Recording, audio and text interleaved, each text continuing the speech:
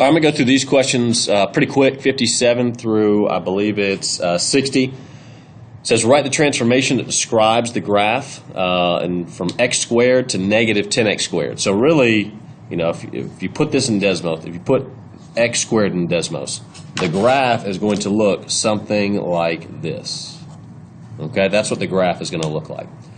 And if you go to the next line, and if you put in negative 10x squared, that graph is going to look something like this right here. And you've got to essentially know the difference and what happened from here to here. And a couple things. Well, the negative out in front, the negative for the A, notice what that did to the graph. It reflected across the x-axis. So one thing you'll put is a reflection over the x-axis. That's all a negative. A negative in the front causes a reflection over the x-axis. So one thing to kind of keep in mind. Another thing, that number 10, when your A is greater than 1, then what you're going to have is you're going to have a stretch. So the graph actually stretched by 10. So there are two things that happen there. A reflection over the x-axis, and it's stretched by 10. Let's look at the next thing here. Again, we're comparing it to from x squared, which looks like this.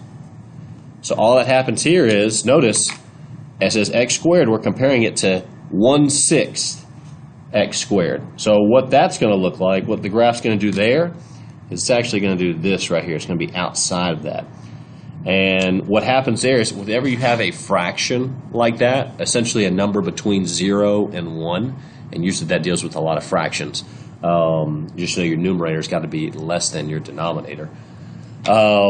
What's going to happen there is you're going to have a shrink, which I know is kind of weird. That looks like a stretch, but that's actually a shrink by 1/6. So that is a shrink by 1/6, or it's shrinked by 1/6. So that's what's going on with 58, or 57 and 58. Let's flip over to the other side here for 59. And take a look at kind of what's going on here. Again, as you know, just kind of give you an idea. I would put that in Desmos. I would put x squared into Desmos. Okay? And all it's going to do is it's going to show you just kind of the parent function and what that looks like. Essentially the original graph. And then I would plug this new vertex form into Desmos.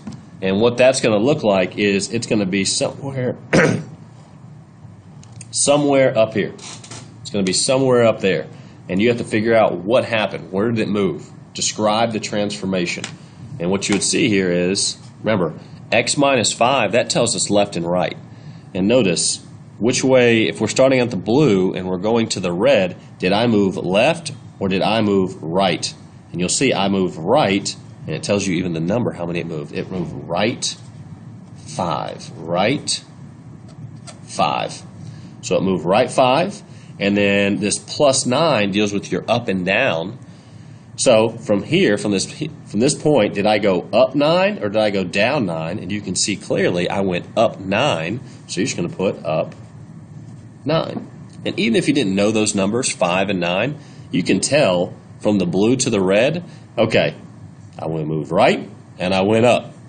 So you just got to figure out those numbers, and I'll be honest with you, I don't even know if you have to figure out those numbers on the test. If you already know that it moved right and up, the answer choices are probably going to be pretty limited to right and up. So there's that.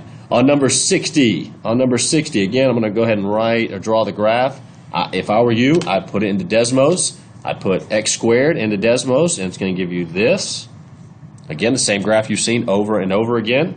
And then if you plug in this into Desmos right underneath it, it's going to show you a graph that looks like this. All right, and you've got to figure out, again, what will describe the transformation, what happened. So the negative in front, the negative for the A, we already talked about it. A negative is going to cause a reflection. And it's a reflection over the x-axis, but I'm just going to put reflection. All right, we already talked about if it was a fraction. Because it's a fraction, it's going to shrink by half. So it shrinks by half. That's what the negative reflection, the half, shrinks by half. And notice, where did my graph move? If I started with the blue graph and I moved to the red graph, which direction did I move?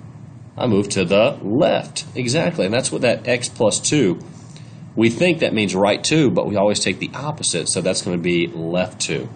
So we got left 2. Is there a k? There is no k, so we don't have to worry about up or down. So I know that was a longer video, but that kind of covers some major questions.